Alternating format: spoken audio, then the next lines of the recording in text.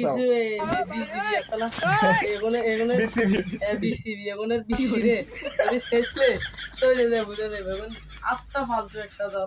খেললে টিকতো না বাংলাদেশ নোয়াখালীর লোক খেললেও টিকতো না না বাংলাদেশ টিম টিকতো না টিকতো না আর লগে আনার লগে খেললে টিকতো না